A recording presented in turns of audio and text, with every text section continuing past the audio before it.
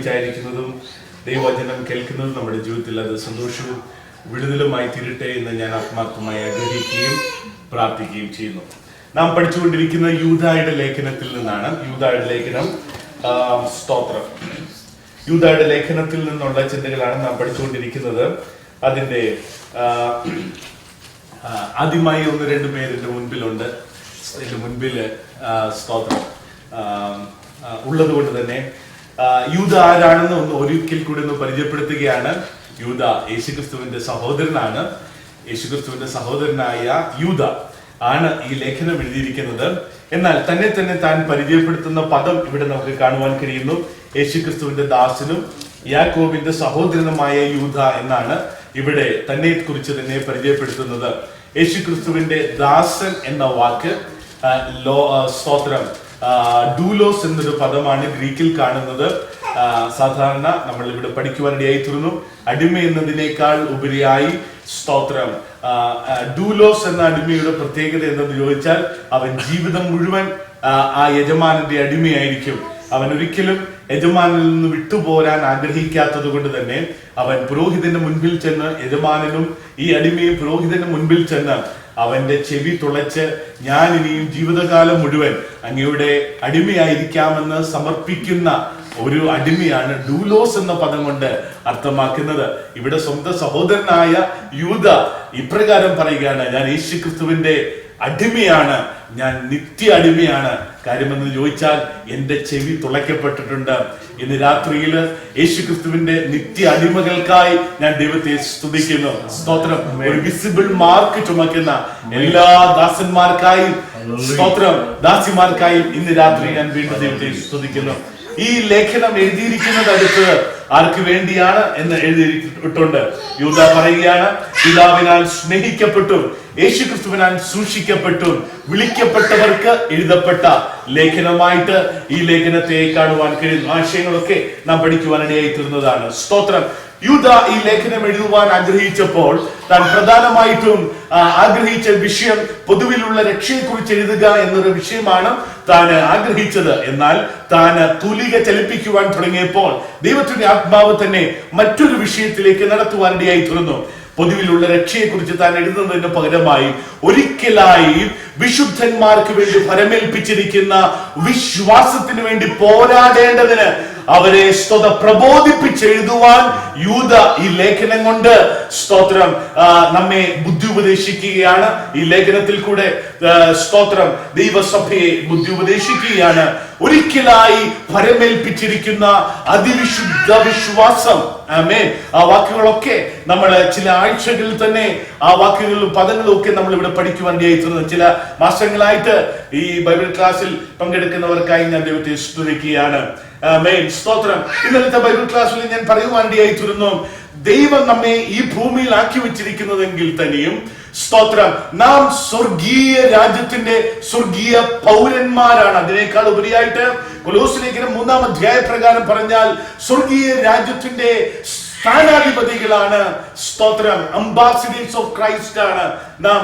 കർത്താവിന്റെ സ്തോത്രം സ്വർഗീയ രാജ്യത്തിന്റെ സ്ഥാനാധിപതികളാണ്. അങ്ങനെയാണെങ്കിൽ സ്തോത്രം സ്ഥാനാധിപതികൾക്ക് ഒരു സാധാരണക്കാരൻ ചെയ്യുന്നതെല്ലാം ചെയ്യുവാൻ കഴിയത്തില്ല. സ്ഥാനാധിപതികൾ എന്നും മറ്റുള്ളവരെക്കാളും വ്യത്യസ്തനായിരിക്കും. ഞാൻ തന്നെ കേട്ടിട്ടുണ്ട്. സ്തോത്രം. ഇന്ത്യയുടെ ഒരു സ്ഥാനാധിപതി ഏതോ ഒരു രാജ്യത്ത്, കുവൈറ്റിലായിരുന്നു തോന്നുന്നു, ആ രാജ്യത്ത് ഈ സ്ഥാനാധിപതിയെ അയച്ചു. എന്നാൽ ആ സ്ഥാനാധിപതി അംബാസിഡർ സ്തോത്രം മദ്യപിച്ച് അങ്ങനെ എന്തൊക്കെയോ സ്തോത്രം സാധാരണക്കാരുടെ കൂടെ അവൻ അഴിഞ്ഞാടിയത് കൊണ്ട് ഇന്ത്യ തന്നെ തിരിച്ചു വിളിച്ചത് ഞാൻ ഇങ്ങനെ കേട്ടിട്ടുണ്ട്. സ്തോത്രം. ഞാൻ പറയുവാൻ കാരണം, ഒരു രാജ്യത്ത് ഒരു സ്ഥാനാധിപതി ആയിരിക്കുമ്പോൾ ആ രാജ്യത്തിന്റെ യശസ്സും അതിന്റെ പ്രൗഢിയും അതിന്റെ മഹത്വവും ഉയർത്തിപ്പിടിക്കേണ്ടവനാണ് യഥാർത്ഥ ഒരു സ്ഥാനാധിപതി. അങ്ങനെയാണെങ്കിൽ ഇന്ന് രാത്രികാലം നാം ഈ ഭൂമിയിൽ ജീവിക്കുന്നുവെങ്കിൽ തന്നെയും സ്തോത്രം ഈ ഭൂമിയിലെ സ്തോത്രം ഒരു സാധാരണക്കാരനായ ഒരു പൗരനല്ല നാം വീണ്ടും ജന്മം പ്രാപിച്ച ഒരു ദൈവ പൈതൽ. സ്തോത്രം. അവൻ സ്വർഗീയ പൗരനാണ്. അവൻ സ്വർഗീയ സ്ഥാനാധിപതിയായി സ്വർഗം ഈ ഭൂമിയിൽ എന്നെയും നിങ്ങളെ ആക്കി വെച്ചിരിക്കുകയാണ്. അപ്രകാരം സ്ഥാനാധിപതിയാണെന്ന് വിശ്വാസമുള്ള ദൈവമക്കൾ ഒരിക്കൽ കൂടി ദൈവത്തിൽ സ്തുതിച്ചാട്ടെ. സ്തോത്രം. ഹല്ലേലൂയ. ആശയങ്ങളിൽ നിന്ന് മുന്നോട്ട് കിടക്കട്ടെ. സ്തോത്രം. എന്നാൽ വിശുദ്ധന്മാർക്ക് വേണ്ടി ഒരിക്കലായി ഫലമേൽപ്പിച്ചിരിക്കുന്ന ഈ അതിവിശുദ്ധ വിശ്വാസത്തിനെതിരായി എല്ലാ കാലഘട്ടത്തിലും പോരാട്ടങ്ങളും പ്രതികൂലങ്ങളും ഉണ്ട്. സാധാരണ 1-ാം നൂറ്റാണ്ട് മുതൽ നാം നോക്കുകയാണെങ്കിൽ പ്രതികൂലം അകത്തുനിന്നും പുറത്തുനിന്നുമുണ്ട്. ദൈവസഭയ്ക്കെതിരെ പ്രതികൂലം അകത്തുനിന്നും പുറത്തുനിന്നുമുണ്ട്. സ്തോത്രം. 1-ാം നൂറ്റാണ്ടിൽ ഡയക്ലീഷ്യസ്, നീറോ, ഡൊമീഷ്യൻ ചക്രവർത്തിമാരൊക്കെ ദൈവസഭയെ കൊന്നുമുടിക്കുവാൻ, സ്തോത്രം, പീഡനം അഴിച്ചുവിടുവാൻ ഇടയായിത്തീർന്നു. എന്നാൽ പീഡനത്തിന്റെ നടുവിലൊന്നും ദൈവസഭ തകർന്നു പോയില്ല. പിശാചിനെ തകർത്ത് കളയുവാൻ കഴിയില്ല. ഓരോ പീഡനങ്ങളും, സ്തോത്രം, പോളികാർപ്പ് ഇങ്ങനെ പറഞ്ഞിട്ടുണ്ട്, the blood of the martyr is the seed of the church. സ്തോത്രം. ഒരു രക്തസാക്ഷിയുടെ രക്തമാണ് സഭയുടെ വിത്ത് എന്ന് പറഞ്ഞു. അപ്രകാരം ലോകത്തിന്റെ 5 ഭൂഖണ്ഡങ്ങളിലും ഇന്നും ദൈവസഭ പടർന്ന് പന്തലിക്കുവാൻ കാരണമെന്ന് ചോദിച്ചാൽ ദൈവസഭയ്ക്കെതിരെ പിശാച് അഴിച്ചുവിട്ട പീഡനമാണ്. സ്തോത്രം.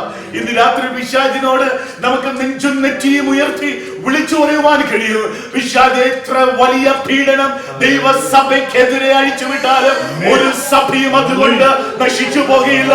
അതിന്റെ നടുവിൽ ദൈവസഭയെ വളർത്തുന്ന നേതൃത്വത്തിൽ 3-ാമനായി പരിശുദ്ധാത്മാവ് ആ കാലഘട്ടങ്ങളിലൊക്കെ ദൈവസഭയിൽ ഉണർവഹിച്ചിട്ടുണ്ട്.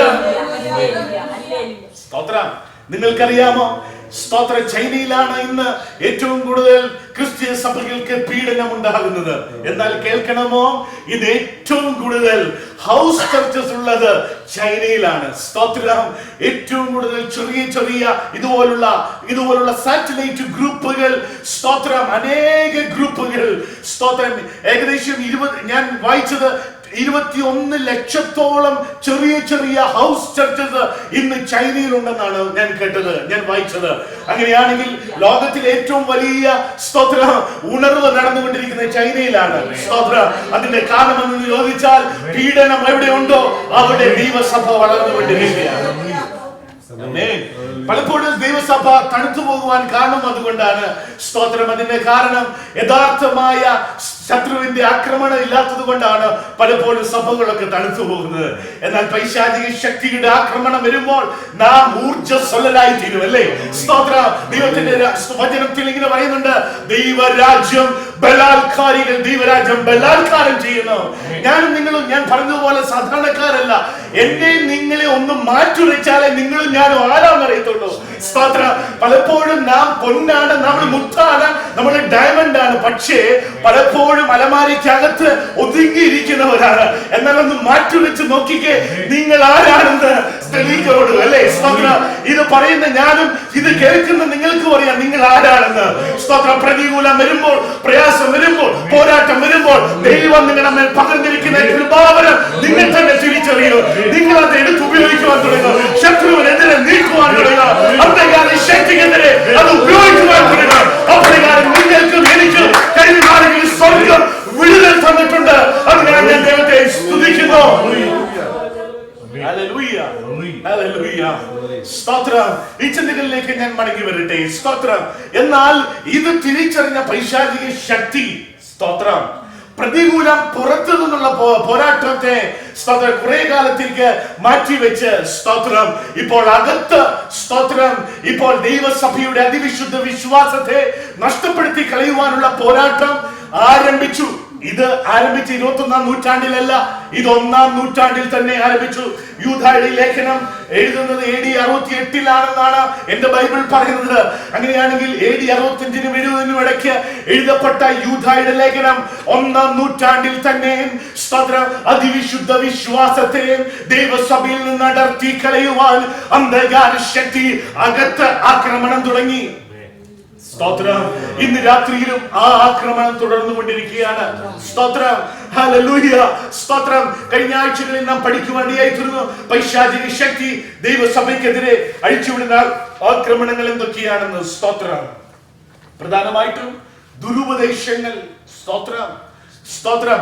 ദുരുപദേശങ്ങൾ എന്ന ഹെറിറ്റിക്കൽ ടീച്ചിങ്സ്, സ്തോത്രം, ദുരുപദേശങ്ങളാണ് പ്രധാനമായിട്ടും, സ്തോത്രം, ദൈവസഭയ്ക്കെതിരെ അഴിച്ചുവിടുന്നത്. മറ്റൊന്ന് അപ്പോസ്റ്റസി, സ്തോത്രം, അതുപോലുള്ള, സ്തോത്രം, ദുരുപദേശങ്ങൾ ദൈവസഭയ്ക്കകത്ത് നിർത്തി സ്തോത്രം ദൈവസഭയുടെ ആ യഥാർത്ഥ കാമ്പിനെ നഷ്ടപ്പെടുത്തി കളയുവാൻ ശ്രമിക്കുകയാണ്. ഓരോന്നായിട്ടാണ് നാം കഴിഞ്ഞ ദിവസങ്ങളിൽ പഠിച്ചത്. ഒന്നാമതായി നാം പഠിച്ചത് എന്താണ്? സ്തോത്രം ദൈവ കൃപയെ ദുഷ്കാമ വൃത്തിക്ക് ഹേതുവാക്കി തീർത്തു. 21-ാം നൂറ്റാണ്ടിൽ കേൾക്കുന്ന ഒരു പുതിയ തിയോളജി അല്ല ഈ ഗ്രേസ് തിയോളജി എന്നത്.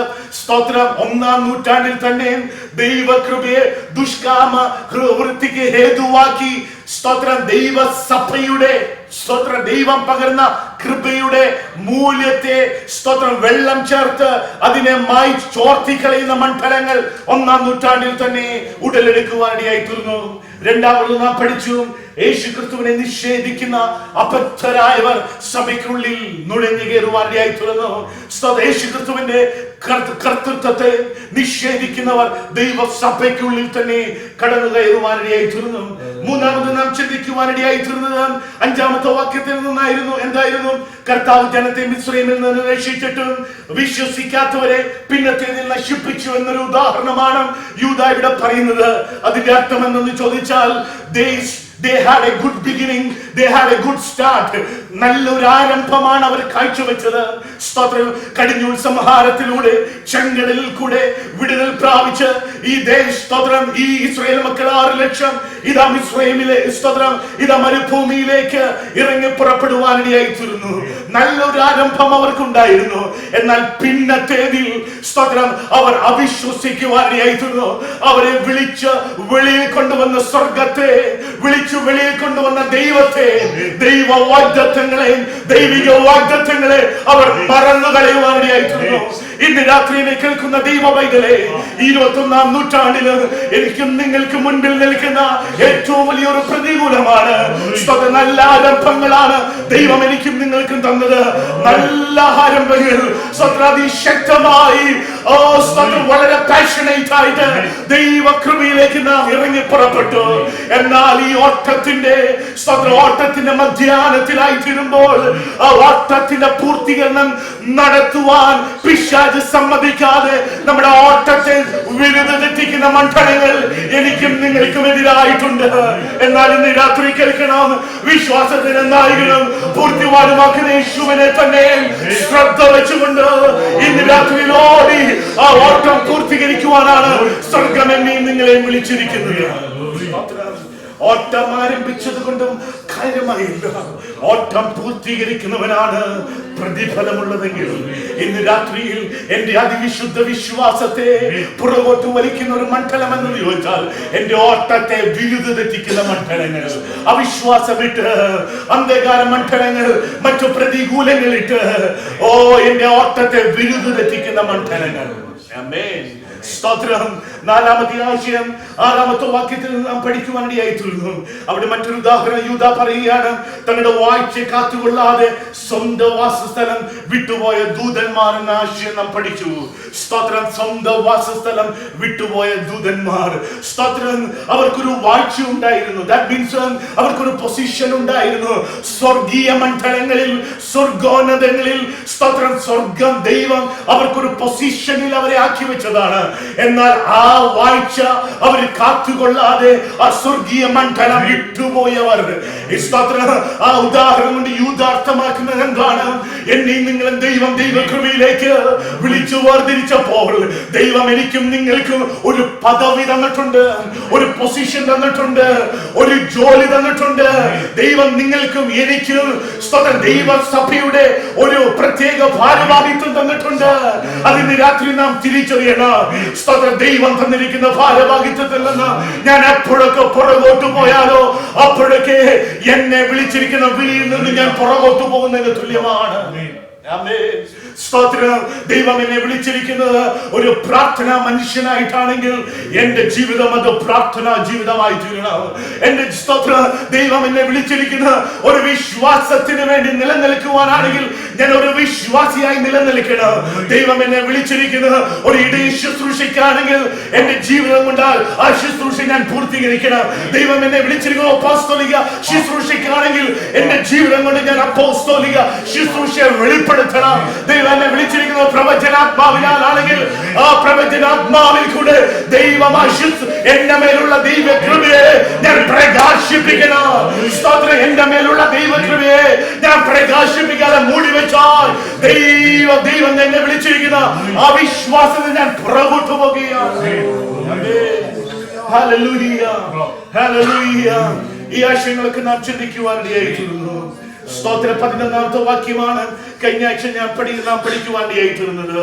അവർ കയ്യോ കഷ്ടം, അവർ കയ്യിന്റെ വഴിയിൽ നടക്കുകയും. സ്തോത്ര. കയ്യിന്റെ വഴിയിൽ നടക്കുന്ന മനുഷ്യർ. സ്തോത്ര.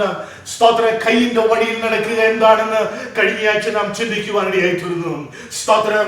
അതിനോട് ഒപ്പം തന്നെ ശനിയാഴ്ചയും ആശയങ്ങൾ കേട്ടപ്പോൾ വീണ്ടും ദൈവാത്മാവ് സ്തോത്രം ഈ ദിവസങ്ങളിലൊക്കെ ആശയത്തിന് ആഴമേറിയ മർമ്മം സ്വർഗം വീണ്ടും നമ്മോട് വെളിപ്പെടുത്തിക്കൊണ്ടിരിക്കുകയാണ്.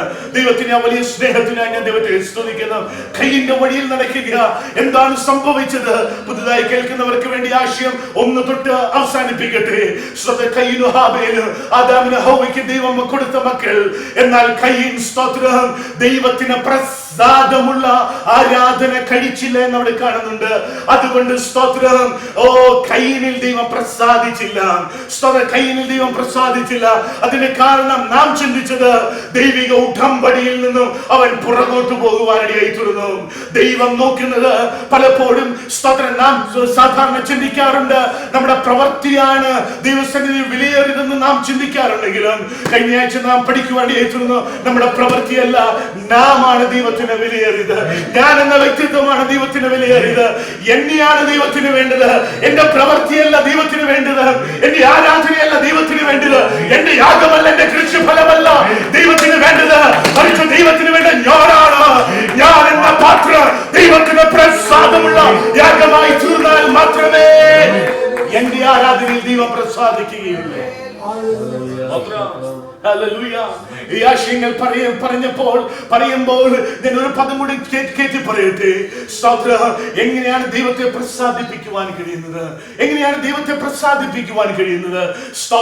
അപ്പോസ്തല പ്രവൃത്തി 10-ാം അധ്യായത്തിൽ 4-ാം അധ്യായത്തിൽ അതിന്റെ 10ാമത്തെ വാക്യമാണെന്ന് തോന്നുന്നു. പത്രോസ് അവിടെ പറയുന്നുണ്ട് ദൈവത്തെ ഭയപ്പെടുകയും നീതി പ്രവർത്തിക്കുന്നവർക്കും സ്തോത്രം ദൈവം എന്നു സമീപസ്ഥനാണ്. അങ്ങനെയാണെങ്കിൽ എനിക്ക് എങ്ങനെ ദൈവത്തെ പ്രസാദിപ്പിക്കുവാൻ കഴിയുന്ന ഒറ്റ പദം ദൈവത്തെ ഭയപ്പെടുകയാണ്. സ്തോത്രം. ഇന്ന് ഈ കാലഘട്ടത്തിന്റെ ദൈവസഭയ്ക്കകത്തും പുറത്തും ഈ സമൂഹത്തിലും വന്നിരിക്കുന്ന ഏറ്റവും വലിയ മൂല്യച്യുതി എന്താണെന്ന് ചോദിച്ചാൽ ദൈവഭയം. The reverence of God is missing, is losing. ദൈവഭയം നഷ്ടപ്പെട്ടുകൊണ്ടിരിക്കുകയാണ്. അത് എന്റെ മേലും തലമുറകളുടെ മേലും ദൈവസഭയുടെ മേലും നഷ്ടപ്പെട്ടുകൊണ്ടിരിക്കുകയാണ്. എന്നാൽ ഇന്ന് രാത്രികാല ദൈവഭയത്തിലേക്ക് ഞാൻ മടങ്ങി വരുമ്പോഴാണ് ദൈവത്തെ എനിക്ക് നിങ്ങൾക്ക് പ്രസാദിപ്പിക്കുവാൻ കഴിയുന്നത്. ഹല്ലേലൂയ, ഹല്ലേലൂയ, സ്തോത്രം. അതിന്റെ ബാക്കി പത്രം നമുക്ക് ഇന്ന് രാത്രി, ബാക്കി ആശയങ്ങൾ നമുക്ക് ഇന്ന് രാത്രി ചിന്തിക്കാം. 11ാമത്തെ വാക്യത്തിന്റെ ബാക്കി ആശയങ്ങൾ സ്തോത്രം ഇപ്രകാരമാണ് കാണുവാൻ കഴിയുന്നത്. അവർ കയ്യിന്റെ വഴിയിൽ നടക്കുകയും കൂലി കൊതിച്ച് ബിലിയാമിന്റെ വഞ്ചനയിൽ തങ്ങളെ തന്നെ ഏൽപ്പിക്കുകയും കോരഹിന്റെ മത്സരത്തിൽ നശിച്ചു പോകുകയും ചെയ്യുന്നു. ഇവർ നിങ്ങളുടെ സ്നേഹസദ്യകളിൽ മറിഞ്ഞു കിടക്കുന്ന പാറകൾ. സ്തോത്രം. ആമേൻ. 3 പേര്, 3 വ്യക്തിത്വങ്ങളെയാണ് യൂദ ഇവിടെ ഉദാഹരണമായി വീണ്ടും എടുക്കുന്നത്. കയ്യിനെ കുറിച്ച് നാം ചിന്തിക്കുവാൻ തീരുന്നു. സ്തോത്രം. വീണ്ടും കാണുന്ന മറ്റൊരു വ്യക്തിത്വമാണ് ബിലിയാം എന്ന ഒരു വ്യക്തിത്വം. സ്തോത്രം. സംഖ്യാപുസ്തകത്തിൽ നമുക്ക് ബിലിയാമിനെ കുറിച്ച് കാണുവാൻ കഴിയുന്നു. 2 പത്രോസിന്റെ ലേഖനത്തിലും സ്തോത്രം സംഖ്യാപുസ്തകത്തിലും ഒക്കെ ബിലിയാമിനെ കുറിച്ച് നമുക്ക് കാണുവാൻ കഴിയുന്നുണ്ട്. സ്തോത്രം. എടുത്തു വായിക്കുവാൻ നമ്മുടെ മുൻപിൽ സമയമില്ല. അതുകൊണ്ട് ആശയങ്ങൾ ഞാൻ വേഗത്തിൽ പറയാം. വീട്ടിൽ ചെന്ന് ബിലിയാമിനെ കുറിച്ച് സംഖ്യാപുസ്തകം 22-ാം അധ്യായം മുതൽ നിങ്ങൾ പഠിച്ചു നോക്കണം. മോവാബ് രാജാവായ ബാലാക്ക് എന്ന് പറയുന്ന രാജാവ് സ്തോത്രം ഇസ്രായേൽ മക്കൾക്കെതിരെ പ്രവചിക്കുവാൻ ബിലിയാമിനെ ഇവിടെ ക്ഷണിക്കുകയാണ്. ദൈവം ആദ്യമേ ബിലിയാമിനോട് പറഞ്ഞു, നീ സ്തോത്രം അവരെന്റെ ജനമാണ്, അവർക്കെതിരെ നീ പ്രവചിക്കരുത്. സ്തോത്രം. ബിലിയാം അതൊക്കെ നല്ല രീതിയിൽ കേൾക്കുവാനിടയായിരുന്നു. എന്നാൽ സ്തോത്രം ഇവൻ കൂലി കൊതിച്ച് സ്തോത്രം വീണ്ടും ബാലാക്കിന്റെ പ്രഭുക്കന്മാർ ഇവന്റെ അടുക്കൽ കടന്നു വരികയാണ്. സ്തോത്രം ഇവരെ സ്തോത്രം ഇവർക്കെതിരെ പ്രവചിക്കണം. ഇപ്പോഴും ബിലിയാം സ്തോത്രം വീണ്ടും വീണ്ടും ഇവരോട് പറയുകയാണ്, ഞാൻ ദൈവത്തോട് ഒരിക്കൽ കൂടെ ഒന്ന് ആലോചന ചോദിച്ചു നോക്കട്ടെ. സ്തോത്രം. എങ്ങനെയെങ്കിലും സ്തോത്രം അങ്ങനെ ഒന്ന് പ്രവചിക്കുവാൻ കഴിയുമോ? ഇതാ മൂന്നാമത്തെ പ്രാവശ്യം അവർ കടന്നു വന്നു. ഈ പ്രാവശ്യം ബിലെയാം സ്തോത്രം ബാലാക്കിന്റെ പ്രഭുക്കന്മാരോട് കൂടി യാത്രയാകുകയാണ്. മോവാബി രാജാവായ ബാലാക്കിന്റെ പ്രഭുക്കന്മാരോട് ഒരുമിച്ച് ഇപ്പോൾ ബിലെയാം യാത്രയാകുകയാണ്. സ്തോത്രം. ഇങ്ങനെ യാത്രയാകുമ്പോൾ സ്തോത്രം വഴിയിൽ വെച്ച് അവന്റെ സ്തോത്രം ദൈവത്തിന്റെ ദൂതൻ സ്തോത്രം വഴിയിൽ അവനെ തടയുന്നത് നമുക്ക് സ്തോത്രം 23-ാമത്തെ അധ്യായത്തിൽ കാണുവാൻ കഴിയുന്നുണ്ട്. അവിടെ യഹോവയുടെ ദൂതൻ വാൾ ഊരി പിടിച്ചുകൊണ്ട് വഴിയിൽ നിൽക്കുന്നത് ബിലെയാം കണ്ടില്ല. പക്ഷേ ബിലെയാമിന്റെ കഴുത കാണുവാനായി തീർന്നു. സ്തോത്രം. ഇപ്പോൾ യഹോവയുടെ ദൂതൻ വഴിയിൽ നിൽക്കുന്നത് കണ്ട് സ്തോത്രം കഴുത കണ്ട് അവൻ മുന്നോട്ട് പോകുവാൻ കഴിയാതെ വന്നപ്പോൾ ആ കഴുതയെ ബിലെയാം അടിക്കുന്നത് നമുക്ക് കാണുവാൻ കഴിയുന്നത്. ജീവിതത്തിൽ ആദ്യമായി ആ കഴുത സ്തോത്രം ലോകത്തിലെ ഏക കഴുതയായിരിക്കാം സംസാരിച്ചത്. സ്തോത്രം. അതാ ബിലെയാമിന്റെ കഴുതയാണ്. ബിലെയാമിന്റെ കഴുത സ്തോത്രം ഇതാ ബിലെയാമിനോട് സംസാരിക്കുകയാണ്. എന്താ പറഞ്ഞത്? ഓ, നീ എന്നെ ഈ 3 പ്രാവശ്യം എടുപ്പാൻ ഞാൻ നിന്നോട് എന്തു ചെയ്തു? സ്തോത്രം. അപ്പൊ ബിലെയാം കഴുതയോട് ചോദിക്കുകയാണ്, നീ എന്നെ കളിയാക്കിയത് കൊണ്ടാണെന്ന്. സ്തോത്രം. അപ്പോൾ കഴുത ബിലെയാമിനോട് പറയുകയാണ്, ഇക്കാലമൊക്കെയും നീ എന്റെ പുറത്തല്ലയോ നീ കയറി നടന്നത്? ഞാൻ എപ്പോഴെങ്കിലും ഇങ്ങനെ നിന്നോട് കാണിച്ചിട്ടുണ്ടോ എന്ന് ചോദിക്കുകയാണ്. ഈ സമയത്ത് ദൈവം ബിലെയാമിന്റെ കണ്ണു തുറന്നു. ബിലെയാമിന്റെ കണ്ണു തുറന്നപ്പോൾ അവിടെ കാണുവാൻ കഴിയുന്ന കാര്യമെന്ന് ചോദിച്ചാൽ യഹോവയുടെ ദൂതൻ ഇവിടെ വാളൂരി പിടിച്ചുകൊണ്ട് ഇതാ വഴിയിൽ നിൽക്കുന്നു. ആമേൻ. ഇത് കണ്ടപ്പോൾ ബിലെയാം ഭയപ്പെടുവാനിടയായിരുന്നു. ആമേൻ. സ്തോത്രം. യഹോവയുടെ പ്രവാചകനായ ബിലെയാം ഇപ്പോൾ യഹോവയുടെ ദൂതനെ കണ്ടു. സ്തോത്രം. ഇതാ ഇവൻ ശാപവാക്കുകൾ പറയുവാനാണ് കടന്നുപോയത്. എന്നാൽ 23-ാമത്തെ അധ്യായത്തിലേക്ക് നാം കടന്നു വരുമ്പോൾ നമുക്ക് കാണുവാൻ കഴിയുന്നു, ശാപവാക്കുകൾ പറയുവാൻ കടന്നുപോയ ഈ ബിലെയാം പറയുന്ന പദങ്ങൾ ഇങ്ങനെയാണ്. ഇസ്രായേലിനെ നോക്കി പറയുകയാണ്, ഓ യഹോവ വ്യാജം പറയുവാൻ ദൈവം മനുഷ്യനല്ല, അനുദവിപ്പാൻ അവൻ മനുഷ്യപുത്രനുമല്ല. വീണ്ടും പറയാണ്, യാക്കോബിൽ തിന്മ കാണാനില്ല, രാജകോലാഹലം അവരുടെ മധ്യേ ഉണ്ട്. ഇന്ന് രാത്രിയിൽ ഒരു ദൂത് കൂടെ കേറ്റെന്ന് പറഞ്ഞോട്ടെ. ഇന്ന് രാത്രി ഏത് ദുഷ്ടനും ഏത് പ്രവാചകനും എനിക്കെതിരെ തിന്മ പറയാൻ വന്നാലും ഇന്ന് രാത്രി കാലം സ്തോത്രം എന്റെ മേൽ ഒരു തിന്മ ഇല്ലാത്തിടത്തോളം കാലം, എന്റെ കൈ വെടിപ്പായിരിക്കുന്നിടത്തോളം കാലം, എന്റെ ഹൃദയം വെടിപ്പായിരിക്കുന്നിടത്തോളം കാലം, എന്റെ ഹൃദയം ശുദ്ധമായിരിക്കുന്നിടത്തോളം കാലം ഒരു ദുഷ്ടനും എനിക്കെതിരെ പ്രവചിക്കുവാൻ കഴിയില്ല. ഒരു ദുഷ്ടനും എന്റെ നേരെ ഒരു ശാപവാക്ക് പ്രവചിക്കുവാൻ കഴിയില്ല. ഇസ്രായേലിനെ തിന്മ കണ്ടില്ല. ആമേൻ. സ്തോത്രം. അടുത്ത പദം ഇങ്ങനെയാണ് പറയുന്നത്, ആ വിചാരം യാക്കോബിന് പറ്റുകയില്ല, ലക്ഷണവിധി ഇസ്രായേലിനോട് ഫലിക്കുകയുമില്ല. ആമേൻ. ഇന്ന് രാത്രികാലം എന്നെ കേൾക്കുന്ന ദൈവം ഇതിലെ സ്തോത്രം ദൈവസന്നിധിയിൽ വിശുദ്ധരായിട്ട് ഈ കാലഘട്ടത്തിൽ നിന്നാൽ ഹൃദയം ശുദ്ധമായി കൈകൾ വെടിപ്പായി ഇന്ന് രാത്രി ദൈവസന്നിധിയിൽ നിന്നാൽ ഒരു ആഭിചാരവും ഒരു മന്ത്രവാദവും ഒരു ലക്ഷണവിധിയും ഒരു രോഗാത്മശക്തിയും ഒരു അന്ധകാര പൈശാചിക പോരിനും എനിക്ക് എന്റെ തലമുറയ്ക്ക് എതിരെ സമ്പാദിക്കുക ഇല്ല. അത് ദൈവം എനിക്ക് നിങ്ങൾക്ക് തന്നിരിക്കുന്ന അധികാരത്തിൽപ്പെട്ട കാര്യമാണ്. നിന്നെ അനുഗ്രഹിക്കുന്നവരെ ഞാൻ അനുഗ്രഹിക്കും, നിന്നെ ശമിക്കുന്നവരെ ഞാൻ ശമിക്കുമെന്നുള്ളത് ദൈവിക വാഗ്ദത്തമാണെങ്കിൽ ഇന്ന് രാത്രിക്കാലം വിശുദ്ധരായി നിലനിൽക്കുന്ന അതിവിശുദ്ധ വിശ്വാസത്തിന് വേണ്ടി ഇന്ന് പകൽക്കാലം പോരാടുന്ന ദൈവ പൈതലെ നിന്നെ കാക്കുന്ന നിന്നെ സൂക്ഷിക്കുവാൻ സ്വർഗ്ഗീയ രാത്രി ശക്തനാണ്. നിന്നെ തൊടുന്നവൻ എന്റെ കണ്ണിന്റെ കൃഷ്ണമണിയെ തൊടുന്നത്. ഇന്ന് രാത്രി ദൈവസേനയിൽ നീ നേരോടെ നിന്നാൽ, വിശുദ്ധിയോടെ നിന്നാൽ, വിശ്വസതയോടെ നിന്നാൽ, ദൈവ കൃപയ്ക്ക് വേണ്ടി ഇന്ന് രാത്രി നീ ആഗ്രഹിച്ചാൽ നിന്നെ തൊടുന്നവൻ എന്റെ കണ്ണിന്റെ കൃഷ്ണമണിയെ തൊടുന്നത്. ബിലെയാമിനെ കുറിച്ച് നാം ഇവിടെ പഠിക്കുവാൻ യൂദായും പത്രോസും ഒക്കെ ഈ ഉദാഹരണം എടുത്തത് സ്തോത്രം എന്തിനെന്ന് ചോദിച്ചാൽ കൂലി കൊതിച്ച ഒരു പ്രവാചകൻ എന്ന നിലയിലാണ്. സ്തോത്രം. ഞാൻ ബിലെയാമിനെ കുറിച്ച് ഒത്തിരി പഠിക്കുവാൻ ശ്രമിച്ചുവെങ്കിലും സ്തോത്ര തിരുവചനത്തിലും മറ്റ് പഠന ഗ്രന്ഥങ്ങളിലും ഒക്കെ ബിലെയാമിനെ കുറിച്ച് വളരെ ചുരുക്കമായിട്ട് മാത്രമേ എഴുതിയിട്ടുള്ളൂ. സ്തോത്രം. അവന്റെ അവസാനം പോലും എനിക്ക് അതുകൊണ്ട് പഠിക്കുവാൻ കഴിഞ്ഞില്ല. സ്തോത്രം. ഞാൻ പറഞ്ഞ കാര്യം കൂലി കൊതിച്ച ഒരുവൻ. സ്തോത്രം. അങ്ങനെയാണെങ്കിൽ എന്റെ അതിവിശുദ്ധ വിശ്വാസത്തെ കെടുത്തിക്കളയുന്ന മറ്റൊരു മണ്ഡലം എന്ന് ചോദിച്ചാൽ സ്തോത്രം, the spirit of greedy അല്ലെങ്കിൽ ദ്രവ്യാഗ്രഹം. സ്തോത്രം, ഹല്ലേലൂയ, സ്തോത്രം. ഞാൻ ഇങ്ങനെ പലപ്പോഴും ചിന്തിക്കാറുണ്ട്, സ്തോത്രം, നാം ലോകത്തിലെ ഏറ്റവും വലിയ പാപം എന്ന് പറയുന്ന പലതും ചെയ്ത സ്തോത്രം ദാവീദും സ്തോത്രം അബ്രഹാമും ഒക്കെ സ്തോത്രം അവരൊക്കെ ദൈവസന്നിധിയിൽ ദൈവത്തിന്റെ സ്നേഹിതരും സ്തോത്രം a man after God's own ഹാർട്ടും ഒക്കെ ആയിത്തീരുന്നു. സ്തോത്രം. എന്നാൽ ഈ വചനം മുഴുവൻ പഠിച്ചാൽ ദ്രവ്യാഗ്രഹികൾ, പണത്തോടാഗ്രഹം വന്നവർ ആരും രക്ഷപ്പെട്ടിട്ടില്ല. സ്തോത്രം, സ്തോത്രം. എന്റെയും നിങ്ങളുടെ പെർസ്പെക്റ്റീവ് സ്തോത്രം ദൈവത്തിന്റെ പെർസ്പെക്റ്റീവിനേക്കാൾ ടോട്ടലി ഡിഫറെന്റ് ആണെന്നുള്ള മറ്റൊരു ആശയം ഇവിടെ തരുന്നത്. സ്തോത്രം. ഇപ്പോൾ ഈ ബിലയാമിന്റെ കാര്യം ഇവിടെ സ്തോത്രം എലീശയുടെ ദാസനായ ഗേഹസിയുടെ പതനം നമുക്ക് അറിയാം. സ്തോത്രം. അതുപോലെ അനന്യാസും സഫീറിയും സ്തോത്രം അവരുടെ പതനം നമുക്കറിയാം. യൂദ നഷ്ടപ്പെട്ടു പോയതറിയാം. സ്തോത്രം. ദേമാസ് ലോകത്തെ സ്നേഹിച്ച് പോയതായിട്ട് പൗലോസ് പറയുന്നു. സ്തോത്രം. ഇങ്ങനെ നോക്കുമ്പോൾ എല്ലാം നമുക്ക് കാണാൻ കഴിയുന്ന കാര്യം ദ്രവ്യാഗ്രഹം സകലവിധ ദോഷത്തിനും കാരണം. അങ്ങനെയാണെങ്കിൽ അടിസ്ഥാനപരമായിട്ടുള്ള സകലവിധ ദോഷത്തിന്റെയും അടിസ്ഥാന കാരണമാണ് ദ്രവ്യാഗ്രഹം. സ്തോത്രം. അങ്ങനെയാണെങ്കിൽ എന്റെയും നിങ്ങളുടെ അതിവിശുദ്ധ വിശ്വാസത്തെ നഷ്ടപ്പെടുത്തി കളയുന്ന ഏറ്റവും വലിയ അടിസ്ഥാന ഒരു ദോഷമാണ് ദ്രവ്യാഗ്രഹം, പണത്തോടുള്ള വാഞ്ച, ആർത്തി, ആഗ്രഹം. സ്തോത്രം. എന്നാൽ ഈ ആശയങ്ങളിലൂടെ ഇന്ന് രാത്രി നമുക്ക് പഠിക്കുവാനുള്ളത് കൂലി കൊതിച്ചു പോയ ബിലയാമിന്റെ വഞ്ചനയിൽ ഒരു വലിയ കൂട്ടം സഞ്ചരിക്കുമ്പോൾ ഇന്ന് രാത്രി എന്നെ കേൾക്കുന്ന സ്തോത്ര ദൈവ പൈതലെ, സ്തോത്രം, ഞാനും ഇന്ന് രാത്രി ദൈവസനയിൽ ഇന്ന് രാത്രി ഒരിക്കൽ കൂടി സമർപ്പിച്ചു കൊടുക്കേണ്ടത് ദൈവമേ അങ്ങേ മാത്രം സ്തോത്രം, അങ്ങേ മാത്രം പ്രസാദിപ്പിക്കുവാൻ ദൈവമേ ഞങ്ങളുടെ ജീവിതം കൊണ്ട് സഹായിക്കണമേ. ഹല്ലേലൂയ. ഈ ലോകത്തിൽ നേടുന്നതെല്ലാം താൽക്കാലികമാണ്, അത് മായയാണ്. ശലോമോനും അങ്ങനെയാണല്ലോ പറഞ്ഞ് അവസാനിപ്പിക്കുന്നത്. ഈ ലോകത്തിലെ സകല അനുഗ്രഹങ്ങളും സകല നന്മകളും നേടിയ ശലോമോനും പറയുകയാണ് ഇതിന്റെ മുഴുവൻ പ്രതാപവും അത് മായയാണ്.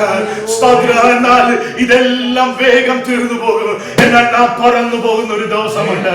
ഇന്ന് രാത്രി എന്നെ കേൾക്കുന്ന ദൈവ പൈതലേ, സ്തോത്രം, ഇതിന്റെ എല്ലാ പ്രതാപം തീർന്നു പോകും, നാം പറന്നു പോകുന്ന ഒരു ദിവസമുണ്ട്. ആമേൻ.